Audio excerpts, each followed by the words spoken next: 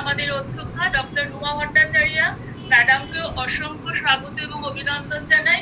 এবং আমাদের মধ্যে রয়েছেন আমাদের IQAC coordinator doctor Shweta Guha, ওনাকেও স্বাগত জানাই। এবং এই অনুষ্ঠানটায় আমাদের সমস্ত কলেজের শিক্ষক শিক্ষিকারা, আমাদের ছাত্রীরা সবাই এখানে জয়েন করেছে। সকলকেই আমি স্বাগত জানাচ্ছি। বর্ষাকে আমাদের সাদর অভ্যর্থনা।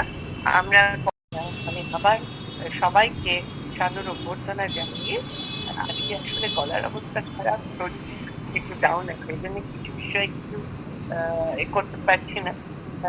সবাই আমার ছাত্রীদের এবং আমার শিক্ষক শিক্ষিকাদের সাদর অভ্যর্থনা জানাচ্ছি এবং আমাদের ছাত্রীদের আজকের অনুষ্ঠানটা শুধু আমি বলবো না ছাত্রীদের জন্য, এটা কিন্তু আমাদের জন্য। যেরকম সর্বাণী রঞ্জনা প্রথমেই বললো যে আমরা একটু নানাবিধ কারণে দেরিতে এই প্রোগ্রামটা করছি। 2025 সালে যেটা থিম ছিল যে আওয়ার এভরিডে এসেনশিয়ালস, সেটার সঙ্গে সামঞ্জস্য রেখেই কিন্তু আজকের বিষয়টা যে আমার উপর দায়িত্ব পড়েছে আজকের বক্তা কৃষ্ণা বসাকের সংক্ষিপ্ত একটু পরিচয় করিয়ে দেওয়ার জন্য, এবং একই সঙ্গে আজকের অনুষ্ঠানের বিষয়টা উত্থাপন করার জন্য। আজকের বক্তা কৃষ্ণা বসাক আমাদের সমসময়ের বাংলা ভাষার অন্যতম গুরুত্বপূর্ণ পলিসি পর্যন্ত আমরা যা পলিটিক্যাল সোশিওলজি আর পলিটিক্যাল থিওরির ব্যাপারে ক্ষণিক মুখ দেখানো ছাড়া এই বিষয়টাকে আমরা এতদিন সম্পূর্ণ একটা পেপার হিসেবে রহস্যজনকভাবে বাদ, ঠিক তেমনই বাদ করেছে হিউম্যান যা করতে চায় সেই প্রশ্নটাও ঠিক। অথচ কত লড়াইয়ের পরেই না 1974 সালে প্রকাশিত হয়েছিল সেই ঐতিহাসিক রিপোর্ট টুয়ার্ডস ইকুয়ালিটি, যার পর থেকে আস্তে আস্তে গৃহশ্রমের বিষয়গুলো আসতে হচ্ছিল আমাদের সমাজবিদ্যা চর্চার সিলেবাসে। ওই একই বছরে অর্থাৎ 1974-এ এসএনডিটি ইউনিভার্সিটি মুম্বাইয়ের প্রথম হয়েছিল ওয়েমেনস্টার মেয়েদের সমস্যা প্রাতিষ্ঠানিক জ্ঞান চর্চার কেন্দ্রে থাকার মান্যতা পেয়েছিল। নানা উদ্দীপনায় নানান ধরনের রিসার্চ শুরু হয়েছিল।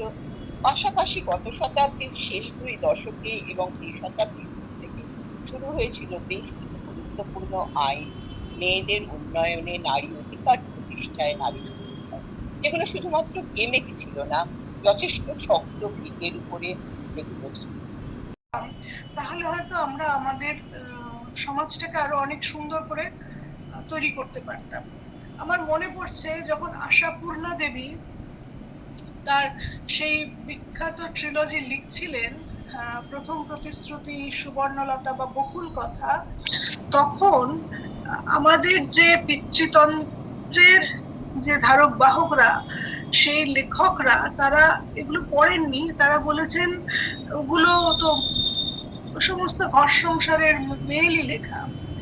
কিন্তু আজকে দেখা যাচ্ছে সেই মেয়েলি, কোট আনকোট মেয়েলি লেখাটাই কিন্তু আজকে একটা যারা ছাত্রীরা যারা এই প্রোগ্রামে জয়েন করেছো, তারা সর্বক্ষেত্রে তোমরা ডিজিটালি অ্যাক্টিভ থাকছো, সোশ্যাল মিডিয়া অ্যাক্টিভ থাকছো, এবং তোমাদের একটা আলাদা ডিজিটাল সেলফ তৈরি হয়ে গেছে, যেটা হয়তো তোমাদের যে অরিজিনাল যে সেলফ, সামাজিক সেলফ, তার থেকে আলাদা হয়ে যাচ্ছে। তো সেই যে ডিজিটাল সেলফ, সেখানে কিভাবে কাজ করছে নারীবাদ, সেটা নিয়ে আরেকটা শাখা তৈরি হয়ে গেছে, সেটার নাম হচ্ছে সাইবার ফেমিনিজম। তো আজকে যখন আমরা মানবাধিকারের কথা বলবো, বা গৃহকর্মের রাজনীতি ও মানবাধিকার, যেটা আজকের আমার বিষয়, তখন কিন্তু এই বিষয়গুলো আমাকে, যদি আমি স্পর্শ না করি, তাহলে আমার বলাটা অনেকটাই অপূর্ণ থেকে যাবে। এই যে মানবাধিকার কিভাবে লঙ্ঘিত হয়, সে চাকরি চাইছে নিজের যোগ্যতা দিয়ে, তখন বলা হচ্ছে তুমি বিয়ে করে নাও কারণ তোমাকে দেখতে ভালো, তুমি মা লক্ষ্মী। তো এইটা তো আমার মনে হয় যে মানবাধিকার ভীষণভাবে লঙ্ঘিত হয়েছিল। তো তারপরে আমি যখন ইন্ডাস্ট্রিতে গেলাম, ইন্ডাস্ট্রিতে গিয়ে দেখলাম যে সেখানে নানান ভাবে যে একটা মেয়ে বলে একটা হার্ডকোর ইন্ডাস্ট্রিতে তার প্রতি একটা বিরূপতা রয়েছে। যখন ইন্টারভিউ দিয়েছিলাম তখন বলা হয়েছিল যে এখানে তো খুব ভারী ভারী মেশিন আছে, তো এখানে সেই ভারী মেশিন নিয়ে, তারপরে বড় বড় কাগজের রোল নিয়ে, তো তুমি কি করবে? একটা ছেলে যেখানে কাজ করবে, ছেলে, আমরা কেন তোমাকে নেব? যে একটা অবাঞ্ছিত স্পর্শ সম্মুখীন হও, এগুলো কিন্তু প্রতিটাই মানবাধিকার লঙ্ঘন। কারণ যখনই তোমার স্পেসটাতে কেউ ইন্ট্রুড করছে, তখন সেটাই মানবাধিকার লঙ্ঘন। এটা সম্ভবত 1830 সালে সারা গ্রিমকি বলেছিলেন যে নারীর অধিকারই মানবাধিকার। আমি নারীর অধিকার, পুরুষের অধিকার এগুলো কিছু বুঝি না, যে মানুষের যেটা অধিকার সেটাই নারীর অধিকার। তো আজকে আমি যদি আরো মাইক্রো লেভেলের, আমি তো শুরু করলাম অফিস দিয়ে, কাজের ক্ষেত্র দিয়ে, আমি যদি একেবারে বাড়ির কাজের ক্ষেত্রে দেখি, যেটা আমরা কখনো খেয়ালই করি না, আমরা নিজেরাও অজান্তে তার শিকার হয়ে যাই। তো সে যে গৃহকর্ম, সেটাকে কখনো কোয়ান্টিফাই করা হয় না এবং সেটাকে সবসময় টেকেন ফর গ্রান্টেড ধরা হয়। তো আমি শুরু করছি আমার একটি কবিতা দিয়ে।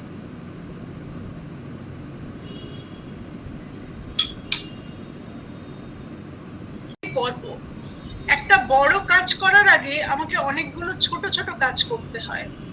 ছোট মানে ছোট ছোট কাজ, যেমন খাওয়ার আগে 5টা বাটিতে ডাল, 5টা বাটিতে মাছের ঝোল, 5টা গ্লাসের জল, শসা, পেঁয়াজ, নুন, লেবু। যেমন ঘুমোবার আগে বিছানা ঝাড়া, মশারি টাঙানো, শসা, মশারি টাঙানো, ছেঁড়াগুলোয় তালি দেওয়া। যেমন কবিতা লেখার আগে বাড়ির সবাইকে সকাল সকাল খাইয়ে ঘুম পাড়ানো, দরজাগুলো বন্ধ করা, চিঠির বাক্স দেখা, সুইচগুলো অফ করা, তারপর ছাদে গিয়ে মেঘের দিকে, বৃষ্টির দিকে না তাকিয়ে আলসে থেকে ঝাঁপ দেওয়া। যখন একজন কেউ কোনো ক্রিয়েটিভ কাজ করে, সে যদি বাড়ির স্পেসে কোনো কাজ করে, তো তাকে কিন্তু এই হার্ডলস গুলো পেরিয়ে আসতে হয় এবং তারপরে এবং তার অস্তিত্বটাই হচ্ছে কেয়ার গিভারের। একটা মেয়ে সে যতই সে যোগ্য হোক না কেন, সে অন্য কিছু পারুক না কেন, তার কাজটাই হচ্ছে কেয়ার গিভারের। এবং সেখান থেকেই আমাদের যে হাউস ওয়াইফ, গৃহবধূ, এই যে ছোট ছোট টার্মগুলো সেইখানে এসেছে। এবং এই কাজগুলো আমরা কখনো খেয়াল করি না এবং কখনো আমরা ভাবি না যে আমাদের একেবারে শৈশবে শোনা রূপকথায় বা শৈশবে শোনা ছড়া, যেটাকে আমরা বলতে পারি যে একটা ভীষণ রকম কিন্তু ওই সেটাকে নতুন বলে কোনো মনে হয় একই আছে, তার নতুন কোনো অধিকার নেই, কিন্তু সে মনে করছে যে হয়তো একটা দূরে হয়েছিল, সে একটা সোনার খাঁচায় এসছে, একটা সোনার খাঁচায় এসছে, এটুকুই জানো। তো আরো একটা আছে, মানুষ যেটা আমরা বারবার কি অস্তিত্ব লিখেছিলাম ছিলেন, তো সেখানে একটি তার একটা স্ট্রে ইনসিডেন্ট ঘটেছিল। তার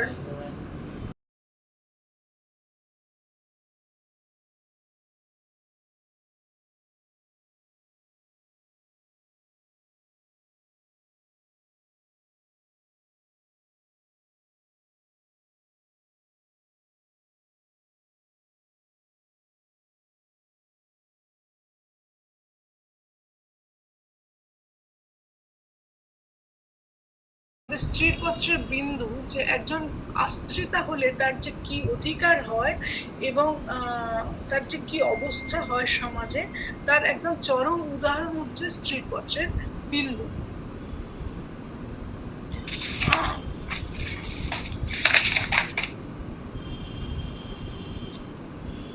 এখানে মৃণাল বলছে, দেখলাম যে বড় যা সকলকে একটু বিশেষ করে দেখিয়ে দেখিয়ে ইন্দুর খাওয়া পড়ার এমনি মোটা রকমের ব্যবস্থা করলেন এবং বাড়ির সর্বপ্রকার দাসী বৃত্তিতে তাকে এমন ভাবে নিযুক্ত করলেন যে আমার কেবল দুঃখ নয়, লজ্জা বোধ হলো। তিনি সকলের কাছে প্রমাণ করার জন্য ব্যস্ত যে আমাদের সংসারে ভারী ফাঁকি দিয়ে খুব সুবিধা দরে পাওয়া গেছে বিন্দুকে, ও কাজ দেয় বিস্তর, অথচ খরচের হিসেবে বিজয় সস্তা।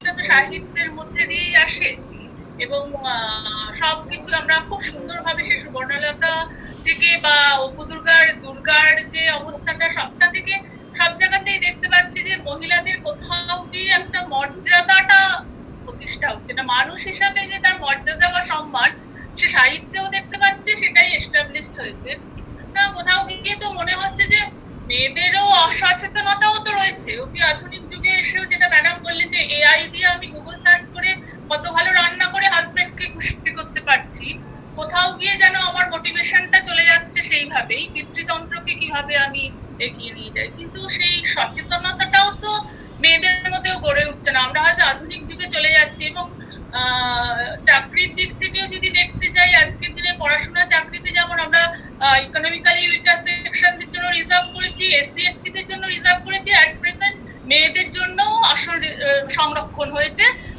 অতি আধুনিক যুগে, সে পড়াশোনার ক্ষেত্রে হয়েছে, চাকরির ক্ষেত্রেও হয়েছে। কিন্তু কোথাও গিয়ে যেন মনে হচ্ছে মেয়েরাও কিন্তু সচেতন নয়। আমার নিজের গৃহ পরিবেশে আমি কতটুকু মর্যাদা নিয়ে বেঁচে থাকতে পারি বা কোনটাই আমি প্রতিবাদ করতে পারি কোনটা করতে পারি না, সেটাই মনে হয় আমরা নিজেরাও কোথাও গিয়ে অসচেতন। এবং সাহিত্যেও দেখেছি এবং আধুনিককালীন অনেক বান্ধবীদের গল্প থেকেও শুনেছি তারা সবচেয়ে বেশি টর্চার তার শাশুড়ি মার কাছ থেকেই হয়ে থাকে, যিনি একজন মহিলা। সুতরাং সেই জায়গাটার ক্ষেত্রেও আমার মনে হচ্ছে অসচেতনতাই কাজ করছে, যে মানুষ হিসাবে একজন মহিলাকে দেখা, যে পুরুষ নারী যেই হোক একজন মানুষ হিসেবে, সুতরাং তাদের ক্ষেত্রে অধিকার আলাদা হতে পারে না, কারণ অধিকার মানবাধিকার, সহজাত অধিকার। সুতরাং এই যে আমার জীবনের অধিকার, এখানে তো কোনো তফাৎ থাকতে পারে না। ম্যাডাম খুব সুন্দরভাবে বলেছেন, যার ফলে আজকে এই অবজারভেশনটা আমি করি। Thank you, thank you. Ma'am, আমি একটা কোয়েশ্চেন জিজ্ঞাসা করতে চাই। হ্যাঁ বলো। নাসরিন বলো, তোমার যদি সম্ভব হয় ফলে সেখানে আর আমাদের তখন সময়ও অল্প, আর আমাদের সেই সময় বয়সটাও কম, ফলে একটা তর্ক বিতর্ক এবং এরকমও হয়েছে ট্রেনে ধাক্কা দিয়ে ফেলে দেওয়া, মানে মারাও গেছে, কিন্তু সবজি মাসিরা ধাক্কা দিয়ে ফেলে দিয়েছে। ফলে ওইখানে কিন্তু তর্ক বিতর্ক উত্তর নেই না, উত্তর অবশ্যই আছে, কিন্তু সেই সময় বলে না যে ঝড়, অনেক ঝড়ের সময় মাথাটা নিচু করে থাকতে, সব ঝড়ের সময় সোজা হয়ে দাঁড়িয়ে থাকা যায় না। তো সেটা হচ্ছে প্র্যাকটিক্যাল, হচ্ছে ঠিক করে থাকা। উত্তর তো নিশ্চয়ই আছে, কিন্তু ওইটা যেটাকে হচ্ছে অনেক শতাব্দীর মনীষার কাজ। এখন আমি আজ থেকে 25 বছর আগের কথা বলছি, এখন কিন্তু যারা আসছেন তারা কিন্তু অনেক সচেতন, অনেক সচেতন, অনেক বোঝেন। কারণ এরকম হয়েছে, মজার ঘটনা বলি, আমি ট্রেনে কিছুদিন আগে ট্রেনে যাচ্ছিলাম, আর এরকম কয়েকজন ওরকমই মনে হয় কোনো ব্যাগ কারখানায় কাজ করেন বা সবজি নিয়ে বসেন না, কিন্তু খুব ছোট ছোট কাজ করেন, খুবই নিম্ন মধ্যবিত্ত সমাজ থেকে উঠে এসছেন, পড়াশোনাও বেশি জানে না, বাচ্চা বাচ্চা মেয়ে সব। তো আমি তাদের জিজ্ঞেস করলাম যে ফেরার পথে কটায় ট্রেন পাবো এখানে। তখন বলছে ওই যে তোমার মোবাইলে নেই, হোয়ার ইজ মাই ট্রেন অ্যাপটা দেখে নাও না। তো আমার মনে হলো আমি একটা গালে চড় খেলাম। তো এটা কিন্তু হয়েছে এখন। আমি যখন ওই এআই বা মোবাইল ইত্যাদি নিয়ে যখন বলি, তখন এই ঘটনাগুলো বলি যে এটার অবশ্যই ভালো দিক আছে। এখন কিন্তু তারা হয়তো বিশাল ডিগ্রি অর্জন করেনি, কিন্তু মোবাইলের যেমন খুব খারাপ দিক আছে, মোবাইলের জন্য উমেন ট্রাফিকিং বেড়েছে সুন্দরবন অঞ্চলে, কিন্তু আবার কতগুলো ভালো সচেতনতাও তারা শিখেছে, অনেক কিছু শিখেওছে, এবং অনেকে অনেক ধরনের বিজনেস যেগুলো অনলাইনে করা যায়, ই কমার্স, এগুলো কিন্তু ডেভেলপ হয়েছে। তো উত্তর নিশ্চয়ই আছে, কিন্তু উত্তরটা কাকে দেব, উত্তরটা পৌঁছবে কিনা, এটাও তো আমার ভেবে দেখতে হবে, তাই না? আর কিছু বলবে? আর কারণ আমার একটা বলার ছিল। ভিডিওটা অন করে বলো। হ্যাঁ ম্যাম, থ্যাংক ইউ ম্যাম, আপনার সেশনটা আমার খুবই ভালো লেগেছে। তো আপনার এই সেশনটা স্টার্ট হওয়ার আগেই মানে আমার বাড়িতেই একটা এখানে কথা হচ্ছিল, সেটার সাথে আমি খুব বেশিভাবে কানেক্ট করতে পারলাম, যে যদি আপনি বলেন তাহলে আমি হয়তো বলতে পারি। হ্যাঁ বলো। এই মাস দুয়েক আগেই আমার বাড়িতে মানে আমার বাপি আমাকে আর আমার বোনকে একটা কথা শুনিয়েছিল, একটা ফ্যামিলি ম্যাটার নিয়ে আমাদের দুজনকে কথা শুনিয়েছিল। সেদিন আমার বোন খুব কাঁদছিল, আর আমাকেও শুনিয়েছিল। তো আমার বোন বলেছিল আমি তোমার কোনো কাজও করে দেবো না, আমার বাবা যেহেতু দর্জির কাজ করে, আমার বোন বলেছিল আমি তোমার কোনো কাজও করে দেবো না, আর তুমি যতদিন না সবার সামনে আমাকে ক্ষমা চাইছো আমার থেকে, আমি তোমার সাথে কথাও বলবো না। এবার সেই মতন সেদিনকে রাগ হয়েছিল, আমিও কথা বলিনি ভাবির সাথে, অনেকদিনই হয়ে গেছে। এবার আমার বোন এইচএস দিয়েছে, ওকে এখন বাড়ি থেকে কোথাও বেরোতেও হয় না, ও বাড়িতেই একটা ক্লাস করে, জাস্ট নর্মাল কিছু করে না। আমাকে বেরোতে হয়, কলেজ যেতে হয়, ফুচকা খাওয়ার হলেও টাকা চাই, বা আমাকে কলেজ যাওয়ার হলে সবকিছুতেই টাকা লাগে। তো আমি আমার মাকে বলছিলাম যে কি করে বাপির সাথে কথা বলবো, বাপির সাথে মিল করতে হবে, আমার টাকা লাগবে, আমার এক্ষুনি টাকা লাগবে, আমার টাকা নেই। আমার বাপির এখন খুব অর্ডারি কাজ, আমাকে কাল থেকে কাজে রাখছে, আমি কাজ যাচ্ছি, আমার বোন কাজে যাচ্ছে না। তো ও আমাকে বলেছে, আমার ভাবি তাই বলছে জানা বোনকে ডেকে নিয়ে আয় না, কাজ করবি। আমি বলেছি, ও বলছে যে তুমি যতক্ষণ না ওর কাছ থেকে ক্ষমা চাইবে না ততক্ষণ ও কাজ করবে না। তো সেই মতোই আমার ভাবি আজকে জলপাইবাড়ির মুড়ি খাওয়ার সময় আমার বোনের কাছে বলেছে, আমার যা বলেছি আমি সবকিছু ভুল হয়ে গেছে, তোর কাছ থেকে আমি ক্ষমা চেয়ে নিচ্ছি, চল এবার কাজে চল। আমার বোন বলেছে, দিদি তুই বাপিকে বল, ও যেমন সবার সামনে চেঁচিয়ে চেঁচিয়ে কথা বলেছিল, তো সবার সামনেই যেন আমার কাছে ক্ষমা চায়। তো আমার মা বৌদি সবাই আসার পরে আমার বাপি যখন বললো যে আমার ভুল হয়ে গেছে, যা বলেছি সব ভুল বলেছি, তখন আমি ক্ষমা চাই নিচ্ছি, তুই আমার কাছে কাজে চল, আমার অর্ডারি কাজ আছে, করতে হবে। তখন আমার বোন চেঁচিয়ে চেঁচিয়ে কাঁদতে কাঁদতে আবার একটা কথা বললো, মা তুমি বাপিকে বলে দাও, ও আমার বাপি হোক আর যেই হোক, আমাকে যদি কোনোদিন এইভাবে কথা বলে, আমি দিদি নই যে এত সহজে সবকিছু ভুলে যাবো। আমাকে অপমান করবে যেই হোক, আমি ছেড়ে দেবো না। তখন আর আপনার এই ক্লাসটা করতে করতে আমি বুঝতে পারলাম যে কোথাও গিয়ে আমি ব্যাপারটা বুঝতে পারলাম যে হ্যাঁ, নিজের অধিকার ছেড়ে দেওয়া উচিত নয়, সে যেই হোক বাড়ির, সে যেই হোক বাড়ি, কোনোদিন নিজের অধিকারটা ছেড়ে দেওয়া উচিত না। আমি ভাবছি আমি অঙ্কিতা, শান্ত হও, শান্ত হও। আমি বুঝতে